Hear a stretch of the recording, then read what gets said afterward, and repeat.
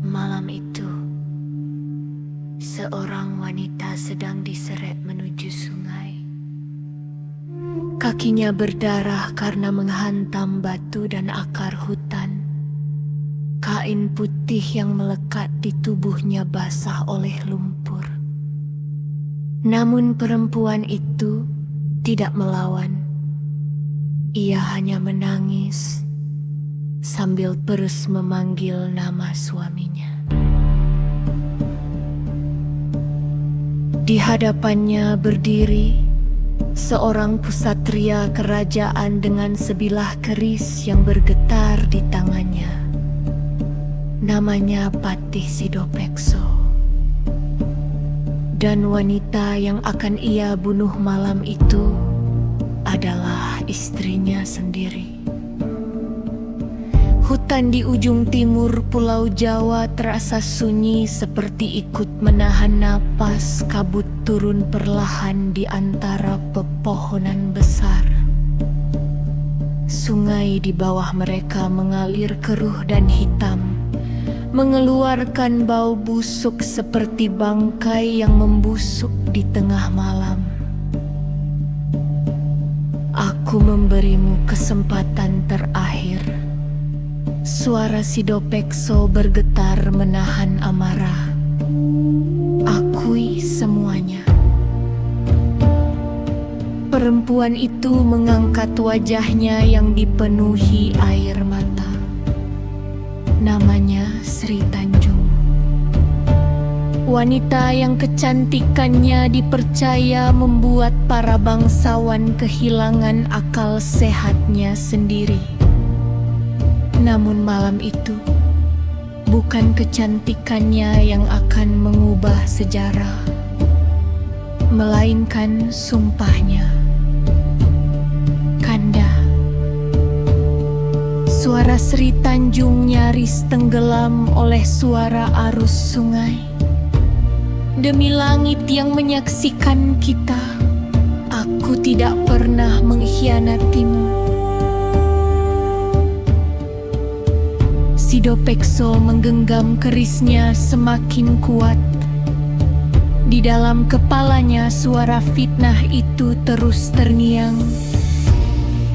bahwa istrinya telah bermain hati dengan rajanya sendiri, bahwa kesetiaannya hanyalah sandiwara, bahwa kehormatan dirinya telah dihancurkan.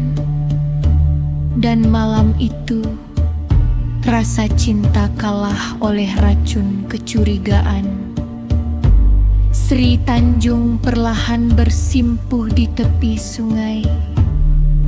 Tubuhnya gemetar.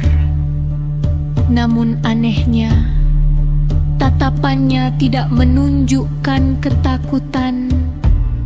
Seolah ia tahu sesuatu yang belum diketahui siapapun.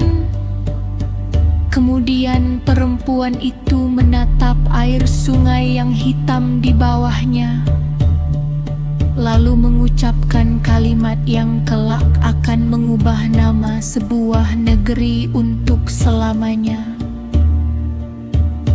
Jika aku memang bersalah, maka biarkan air ini tetap busuk.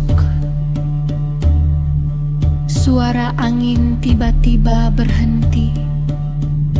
Namun jika aku suci, Sri Tanjung menatap langsung ke mata suaminya. Maka biarkan sungai ini menjadi harum, dan alam sendiri yang menjadi saksi. Untuk sesaat, tangan Sidopekso bergetar. Ia ingin percaya, tetapi amarah telah menutup nuraninya, dan dalam satu hentakan, keris itu menembus dada Sri Tanjung. Tubuh wanita itu jatuh ke sungai yang gelap. Arus air air menelannya perlahan. Lalu keajaiban itu terjadi. Air sungai yang semula hitam mulai berubah jernih. Kabut di atas permukaan air bergerak pelan. Dan dari sungai itu muncul aroma harum yang belum pernah tercium sebelumnya.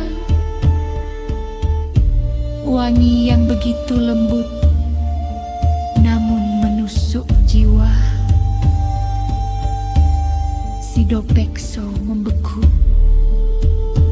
kerisnya jatuh ke tanah. Dadanya sesak, karena pada detik itulah ia sadar. Ia baru saja membunuh seorang wanita suci. Dan sejak malam itu, tanah di ujung timur Pulau Jawa tidak lagi disebut dengan nama lamanya. Orang-orang mulai menyebutnya